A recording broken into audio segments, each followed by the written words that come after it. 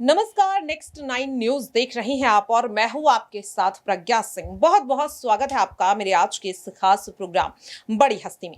आज के इस खास प्रोग्राम में हम बात करने वाले हैं कर्नाटक में चल रही सियासी घमासान की। जिस तरह से कर्नाटक में लगातार नए मुख्यमंत्री को लेकर डीके शिव कुमार और सिद्धारमैया, ये दो नाम सामने आ रहे हैं और इन्हीं दो नामों को लेकर पार्टी के हाईकमान बीते 4 दिनों से मंथन भी कर रही है और कहीं ना कहीं अब जो फैसला है वो सिद्धारमैया के हक में आता हुआ दिखाई दे रहा है। ऐसे में सवाल लगातार ये उठ रहा है कि आखिरकार जब डीके शिव कुमार लगातार ये मांग रख रहे थे पार्टी के आला कमान के सामने कि उन्हें ही मुख्यमंत्री बनाया जाए, कहीं ना कहीं जिस तरह से उनके समर्थकों की जो कह सकते हैं कि जश्न लगातार मनाया जा रहा था, जिस तरह से डीके शिव कुमार को लेकर हर जगह चर्चा थी, जब विधानसभा चुनाव जिस तरीके से हुए, मतगणना के दौरान भी जिस तरह से ऐलान हुआ, उस वक्त भी कहीं ना कहीं हर किसी को ये लग रहा था कि नए मुख्यमंत्री के तौर पर पार्टी के हाईकमान डीके शिव कुमार के नाम पर ही मोहर लगाएंगे। लेकिन इस वक्त कहीं ना कहीं डीके शिव कुमार नहीं बल्कि सिद्धारमैया के नाम पर मोहर लगती हुई दिखाई दे रही है। हालांकि अभी भी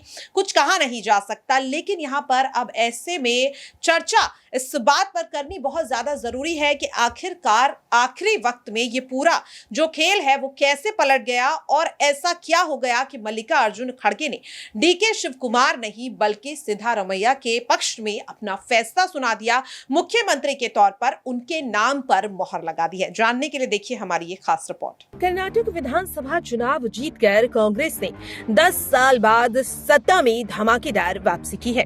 कांग्रेस की शानदार जीत के बाद राज्य में सीएम पद को लेकर कई नामों पर मंथन चल रहा था, जिसमें यहां पर डीके शिव कुमार और सिद्धारमैया इस सीएम पद की रेस में सबसे आगे आ रहे थे। हालांकि सिद्धारमैया पहले ही बता चुके हैं कि उनका ये अंतिम चुनाव है और फिर वो राजनीति से संन्यास ले लेंगे, जिसके बाद उनका सीएम बनने का जो सपना था वो शायद अधूरा रह जाता और उनके सीएम बनने की संभावनाएं भी शायद इसीलिए ज्यादा नजर आ रही हैं। अब पार्टी सूत्रों के मुताबिक कहा जा रहा है कि सिद्धारमैया कर्नाटक के नए मुख्यमंत्री के तौर पर शपथ ले सकते हैं। वहीं डीके शिव कुमार को डिप्टी सीएम का पद दिया जा सकता है। अब ऐसे में लगातार सवाल ये उठ रहा है कि आखिरकार वो क्या वजह थी कि पार्टी के राष्ट्रीय अध्यक्ष मल्लिकार्जुन खड़गे ने डीके शिव कुमार नहीं बल्कि सिद्धारमैया के नाम पर मोहर लगा दी। आपको बता दें कि सिद्धारमैया का जन्म 12 अगस्त साल 1948 को मैसूर जिले के सिद्धाराम हुंडी गांव में एक किसान परिवार में हुआ। सिद्धारमैया ने मैसूर यूनिवर्सिटी से ग्रेजुएशन की पढ़ाई पूरी की। बीएससी की डिग्री हासिल करने के बाद उन्होंने वकालत की और एक वकील के रूप में अपने करियर की शुरुआत की। वे ओल्ड मैसूर के ओबीसी कुर्बा समुदाय से आते हैं, जिसका कर्नाटक में तीसरा सबसे बड़ा वोट बैंक है। हालांकि सिद्धारमैया के माता पिता चाहते थे कि वो डॉक्टर बने। वकालत छोड़ने के बाद सिद्धारमैया ने राजनीति में एक धमाकेदार एंट्री कर ली। साल 1978 में सिद्धारमैया ने राजनीति में कदम रखा। इसके बाद सिद्धारमैया तमाम पदों पर रही। सिद्धारमैया जुलाई साल 2006 में जेडीएस छोड़कर कांग्रेस में आ गई। एक कार्यकर्ता से लेकर विधायक और डिप्टी सीएम बनने के बाद साल 2013 में सिद्धारमैया को कर्नाटक का मुख्यमंत्री बनाया गया। कांग्रेस के सिद्धारमैया साल 2013 से लेकर 18 तक राज्य के सीएम का पद संभाल चुके हैं। पिछले 45 सालों में 5 साल पूरा करने वाले सीएम भी बन चुके हैं। कर्नाटक में पूरे 5 साल सीएम रहने वाले देवराज उर्स के बाद वो दूसरे सीएम वही बने थे। इस बार भी सिद्धारमैया ने कर्नाटक के मैसूर क्षेत्र से वरुणा सीट में जीत हासिल की। वो 9 बार विधायक रही हैं। सिद्धारमैया जून 2009 से मई 13 तक और साथ ही 9 अक्टूबर साल 2019 से लेकर साल 2023 तक कर्नाटक के विधानसभा में नेता विपक्ष के तौर पर जाने गए। 11 बार विधानसभा चुनाव लड़ चुके सिद्धारमैया 4 बार सीट से चुनाव लड़ने और 3 सीटों से चुनाव जीतने का रिकॉर्ड भी अपने नाम कर चुके हैं। जी हाँ, आपको बता दें कि साल 1983 में वो निर्दलीय उन्होंने जीत हासिल की। साल 1985 में जनता पार्टी से उन्हें जीत मिली।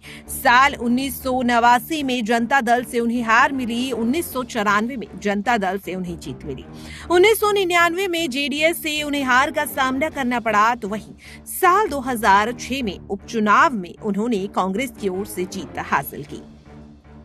कर्नाटक विधानसभा चुनाव के नामांकन के साथ दायर हलफनामे के अनुसार सिद्धारमैया के पास 9 करोड़ रुपए से ज्यादा की संपत्ति है। यहाँ पर अगर उनकी टोटल संपत्ति की बात करें तो वो 19 करोड़ रुपए है, जिसमें से 9.58 करोड़ रुपए की चल संपत्ति है और 9 करोड़ 43 करोड़ की उनके पास अचल संपत्ति के वो मालिक हैं। साथ ही उनके ऊपर 13 मामले लंबित भी है। अब ऐसे में सवाल लगातार ये उठ रहा है कि आखिरकार इन तमाम उठापटक के बीच क्या मल्लिकार्जुन खड़गे ने सिद्धारमैया को मुख्यमंत्री बनाने का फैसला सिर्फ और सिर्फ इसलिए लिया है क्योंकि इसके बाद सिद्धारमैया कर्नाटक में मुख्यमंत्री के तौर पर अब इसके बाद नहीं नजर आएंगे?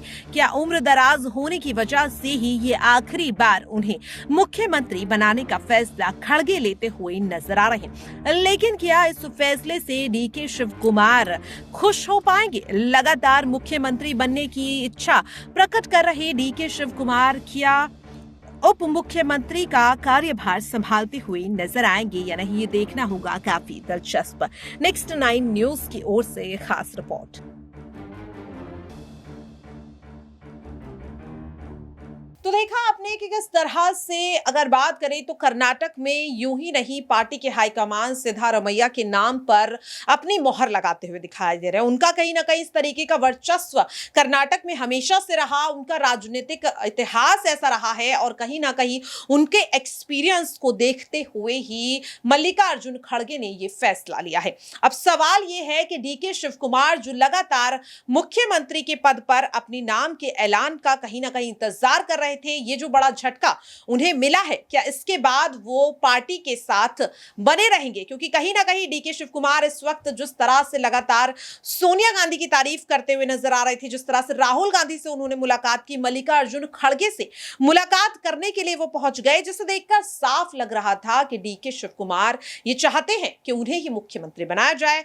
मुलाकात के दौरान भी उन्होंने यही कहा कि सिद्धारमैया को मौका दिया जा चुका है और अब उन्हें सीएम बनाया जाए। हालांकि अभी कुछ भी नहीं कहा जा सकता जब तक हाईकमान खुद इस बात पर अपना फैसला ना सुना दे। लेकिन अब सवाल यही है कि डीके शिव कुमार इन तमाम उठापटक के बीच नई सरकार में किसी और पद पर पार्टी के साथ काम करेंगे या नहीं? अपनी राय कमेंट बॉक्स में जरूर शेयर करें और बाकी ऐसी तमाम खबरों के लिए देखते रहें नेक्स्ट 9 न्यूज।